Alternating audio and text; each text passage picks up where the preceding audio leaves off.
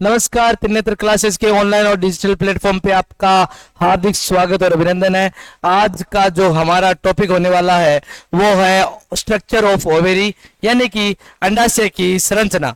तो बिना टाइम गवाए फटाफट से स्टार्ट करते हैं। देखिए, सबसे पहले मैं अंडाशय की स्ट्रक्चर बना रहा हूं। आपकी एनसीईआरटी में जो 12th क्लास की एनसीईआरटी है उसमें दे रखा है ये डायग्राम, तो उसको हम सीधे सीधे अपने बिना टाइम गवाए फटाफट से याद करते रहते हैं। देखिए, सबसे पहले जो अंडा होता है वहां अंडा से जो है उसमें अंडे का निर्माण होना प्रारंभ करता है, यानी कि अंडाणु बनता है। तो सबसे पहले एक संरचना बनती है, देखो इस तरह की संरचना। यह संरचना आकार में थोड़ी सी बड़ी होती है, आकार में थोड़ी बड़ी होती है।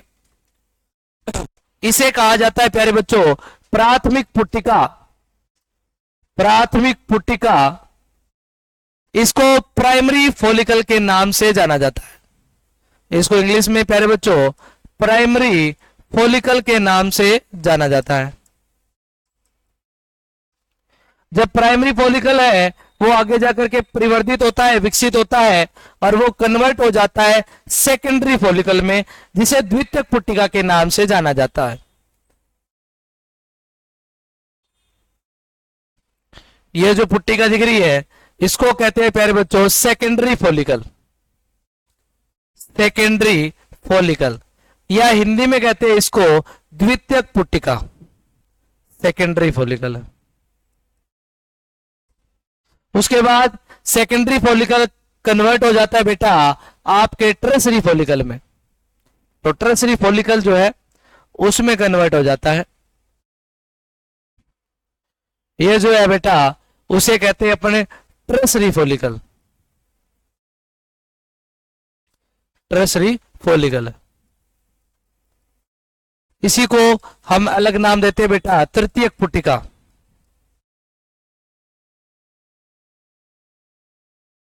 ठीक है।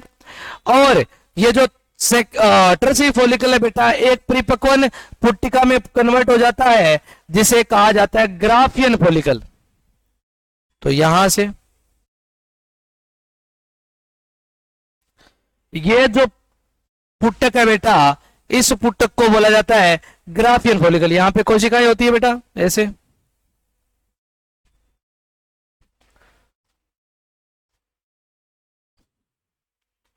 इस तरह से। इस पुट्टक का नाम होता है बेटा ग्राफियन पुट्टक। ग्राफियन पुट्टक, इसको इंग्लिश में बोलते हैं ग्राफियन फॉलिकल।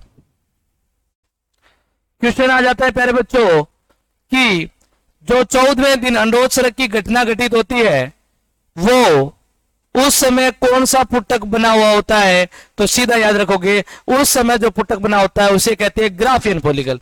यानी कि यह घटना लगभग 14वें दिन चल रही है और 14वें दिन एक खेल खेलता है क्या कि यहां से ये जो अंडाणु दिख रहा है ना बेटा ये बाहर आता है। तो 14वें दिन जो है बेटा 14वें दिन इस तरह से ये ग्राफियन फॉलिकल इसके पास में आया और यहां से ये जो है अंदर की तरफ यहां से एक जो अंडा है बेटा या अंडाणु हो गया ये बाहर आता है। अंडा या अंडाणु बाहर आता है, यहां से अंडाणु या ओवम बाहर आ गया। ओवम बोलते हैं इंग्लिश में। और जो बचा हुआ भाग है, शेष बचा हुआ भाग होता है बेटा वो कहलाता है कार्पस कैलोसोम, या फिर इसका समझे सॉरी कार्पस कैलोसोम नहीं कार्पस ल्यूटियम। ये जो संरचना है वो पीले रंग की संरचना होती है, इस संरचना का नाम देते हैं कार्पस ल्यूटियम। तो ये कार्पस ल्यूटियम है बेटा।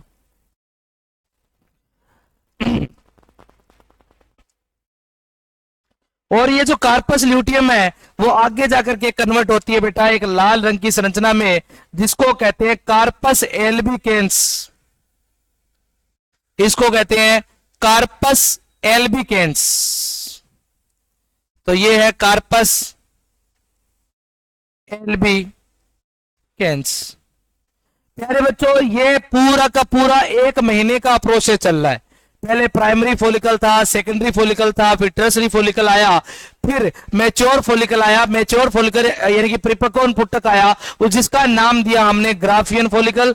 और ये जो ग्राफियन फॉलिकल है, यहां से एक अंडा 14वें दिन बाहर निकलता है, और ये जो अंडे का निकलना है प्यारे बच्चों, ये कहलाता है अंडोत्सर्ग, ओव्यूलेशन। इसे कहते हैं ओव्यूलेशन। तो तुमसे पूछ लेगा what is the ovulation process, ovulation है क्या? तो ओव्यूलेशन क्या, अंडाणु से, या फिर ऐसे सोचो कि एक अंडाशय से अंडे का बाहर निकलना, धक्का मार के बाहर निकलना या निकल जाना, क्या कहलाता है? अंडोत्सर्ग कहलाता है। ये मेंस्ट्रुअल साइकिल के आर्तव चक्र के 14वें दिन घटित होता है, इस बात को याद रखना है। अच्छा, एक संरचना निकल गई एक्स्ट्रा में बची हुई, जिसका नाम हमने दिया कार्पस ल्यूटियम। कार्पस ल्यूटियम पीले रंग की संरचना होती है। अगर ये बनी है, मान लो कि जो अंडाणु बाहर निकला है उसका निषेचन हो जाता है, तो ये कार्पस ल्यूटियम है प्यारे बच्चों, ये लंबे समय तक बना रहता है।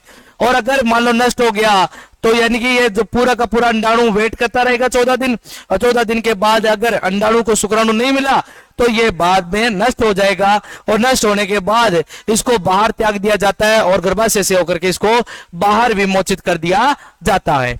अब देखना 14वें अंडोत्सर्ग क्या होता है, एक बार मैं लिख देता हूं। देखो ये चित्र आपको बनाते जाना है, स्क्रीनशॉट लेना जैसे भी आप कहो। देखिए सबसे पहले मैं लिख रहा हूं ओव्यूलेशन क्या होता है। ओव्यूलेशन, इसको हिंदी में कहते हैं प्यारे बच्चों अंडोत्सर्ग। अंडाशय से अंडे का बाहर निकलना, लिख रहा हूं मैं, अंडाशय से अंडे का बाहर निकलना, अंडाशय से अंडे का बाहर निकलना अंडोत्सर्ग कहलाता है। अंडोत्सर्ग कहलाता है, अंडोत्सर्ग कहलाता है। और अंडोत्सर्ग की घटना जो है प्यारे बच्चों, तुमसे पूछ लेगा कौन से दिन अंडोत्सर्ग की घटना घटित होती है, तो बता दूं आर्तव चक्र के, लिख दे रहा हूं, आर्तव चक्र के, आर्तव चक्र के 14वें दिन, 14th ऑफ डे, 14वें दिन, 14वें दिन यह घटना घटित होती है, यह घटना घटित होती है। प्यारे बच्चों 14वें दिन जो है अंडाशय से बाहर निकल जाएगा, और फिर अगले 14 दिन तक क्या करता रहेगा, इंतजार करता रहेगा। और इंतहा जो है, इंतजार जितनी लंबी घड़ी का होगा वो 14 दिन का रहेगा। 14 दिन के बाद नहीं आया तो फिर अगला जो है अंडाणु विमोचित कर दिया जाता है। अब एक घटना घटित होती है बेटा जिसको हम कहते हैं अंडाणु जनन, वो भी बता देता हूं साथ में, अंडाणु जनन, या इसी को हम अंड जनन बोल दे, है ना। तो इसमें क्या होता है प्यारे बच्चों, बता दूं तुम्हें, अंडाणु मातृकोशिका से, अंडाणु मातृकोशिका से अंडाणुओं का निर्माण होना, फॉर्मेशन ऑफ ओवम, अंडाणुओं का निर्माण होना, अंडाणुओं का निर्माण होना अंड जनन कहलाता है, या अंडाणु जनन कहलाता है। अंड जनन कहलाता है, अंड जनन कहलाता है, ठीक है, यहां पे अंड जनन है, अंड जनन कहलाता है। अगर तुम्हें याद है तो शुक्राणु का निर्माण है लगभग 15 से 16 साल में स्टार्ट होता है, लेकिन फीमेल में बेटा ये 15-16 साल में स्टार्ट नहीं होता, ये तब से स्टार्ट होता है जब बच्ची जो है मां के पेट में होती है, यानी कि भ्रूण अवस्था में होती है। ठीक है, तो भ्रूण अवस्था जब जब रहती है बेटा, तभी से ही क्या निर्माण शुरू हो जाएगा, अंडे का विकास प्रारंभ हो जाता है। ठीक है, लेकिन वो रुक जाता है आगे जाकर के, है ना, वो रुक जाता है। अगर आपने विभाजन पढ़ा है ढंग से तो विभाजन में अवस्थाएं पढ़ी होगी, प्रोफेज फर्स्ट, अर्धसूत्री विभाजन की बात कर रहा हूं, प्रोफेज फर्स्ट हो गया, मेटाफेज फर्स्ट हो गया, इनाफेज फर्स्ट हो गया, टेलोफेज फर्स्ट हो गया, और प्रोफेज फर्स्ट में आपने जो है 5 अवस्थाएं पढ़ी होगी। मैं बता देता हूं एक बार, थोड़ा सा समरी दे देता हूं आपको कि ये जो डिवीजन या विभाजन होता है, जिसमें मियोसिस की बात कर रहा हूं मैं, मियोसिस, और मियोसिस बोले तो अर्धसूत्री विभाजन बेटा, अर्धसूत्री विभाजन। प्यारे बच्चों अर्धसूत्री विभाजन या मियोसिस विभाजन 2 प्रकार का होता है। सबसे पहले का जो नाम है बेटा वो है मियोसिस फर्स्ट, दूसरे का नाम है बेटा meiosis, meiosis second. Meiosis first को फिर बांटा जाता है बेटा सबसे पहले प्रोफेज फर्स्ट, दूसरा मेटाफेज, मेटाफेज फर्स्ट, तीसरा एनाफेज, एनाफेज फर्स्ट, चौथा टीलोफेज, टीलोफेज फर्स्ट। उसके बाद मियोसिस सेकंड के प्रकार बता दूं, यहां पे भी 4 प्रकार है, प्रोफेज सेकंड, अगला मेटाफेज, मेटाफेज सेकंड, अगला आपका एनाफेज सेकंड, अगला टीलोफेज सेकंड। अच्छा और नहीं, अभी और सुनिए, ये जो प्रोफेज है ना, प्रोफेज को वापिस से बांटा जाता है 5 भागों में, 5 भागों में बांटा जाता है। ठीक याद रखना, ले जरा जरा जरा पेप्सी दिला दे, ले जरा पेप्सी दिला दे, जिसमें क्या क्या याद रखोगे, देखो ले से याद रखना लिपट दिया, और इसमें गुणसूत्र लिपट जाते हैं तो लेप्टोटीन, लिपट गए भाई गुत्थम गुत्था। जरा से याद रखना जाइगोटीन, पेप्सी से पेकाइटीन, पेकाइटीन, और दिला से डिप्लोटीन, और अगला दे से डाइकाइनेसिस, ये होता है लाडलियो 5 प्रकार। ये आपको दिख रहा है ना, ये आपने जरूर पढ़ा होगा, ये अर्धसूत्री विभाजन है। अगर नहीं पढ़ा तो हम विभाजन के लिए कोशिका जो चैप्टर है वो लेके आएंगे, उसके बाद सेल डिवीजन पढ़ेंगे, पूरा आप मेरे साथ साथ पढ़ते जाना, बिल्कुल 0 से स्टार्ट करेंगे टॉप तक जाएंगे, साथ साथ में अपन चलते जाएंगे। देख लो अब क्या कह रहा हूं मैं कि ये विभाजन होता है जब अंडाणु का निर्माण होता है ना प्यारे बच्चों, तो रुक जाता है। तो याद रखना अंडाणु का निर्माण प्रोफेज फर्स्ट में आकर के रुक जाता है, पेकाइटिन अवस्था होती है। अब आपसे क्वेश्चन पूछ लेगा, बोले बता दो, क्वेश्चन दे रहा हूं मैं, मादा में अंडाणु का निर्माण प्रारंभ होता है, निर्माण प्रारंभ होता है। पहला ऑप्शन आपकी नजरों के सामने, यौवन आरंभ के समय, यौवन आरंभ के समय।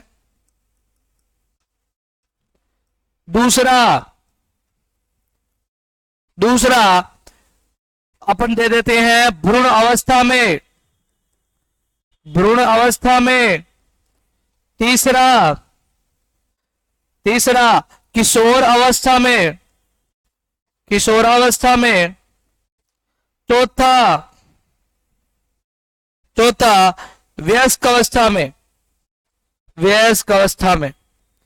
तो आपके सामने है, वीडियो को पॉज कीजिए और उसके बाद आंसर दीजिए, ठीक है। और इस क्वेश्चन का जो सही जवाब है प्यारे बच्चों वो है कौन सा, बी, भ्रूण अवस्था के समय, ठीक है। क्वेश्चन अगला पूछ लेगा आपसे, बोले क्वेश्चन बताना, मादा में अंडाणु जनन या अंडजनन या अंडाणु जनन कौन सी अवस्था में रुक जाता है, कौन सी अवस्था में रुक जाता है। ऑप्शन दे रहा हूं प्यारे बच्चों, पहला ऑप्शन प्रोफेज फर्स्ट, दूसरा ऑप्शन मेटाफेज,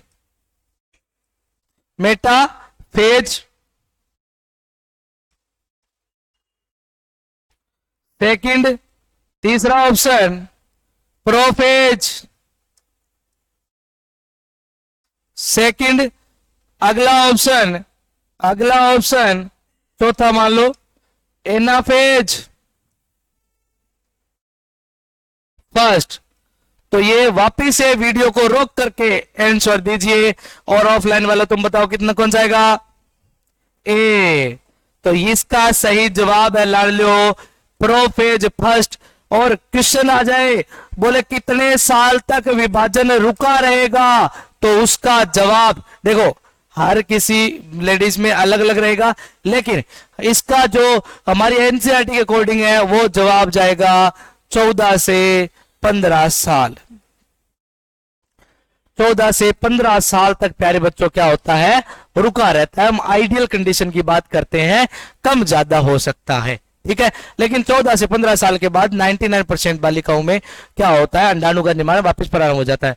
लेकिन उस समय तुमसे पूछ लेगा बोले बताओ जब विभाजन रुका था उस समय किसका निर्माण हुआ था? प्राथमिक oocyte की द्वितीयक oocyte? तो याद रखना विभाजन जहां रुका था उस समय केवल प्राथमिक oocyte का निर्माण हुआ था।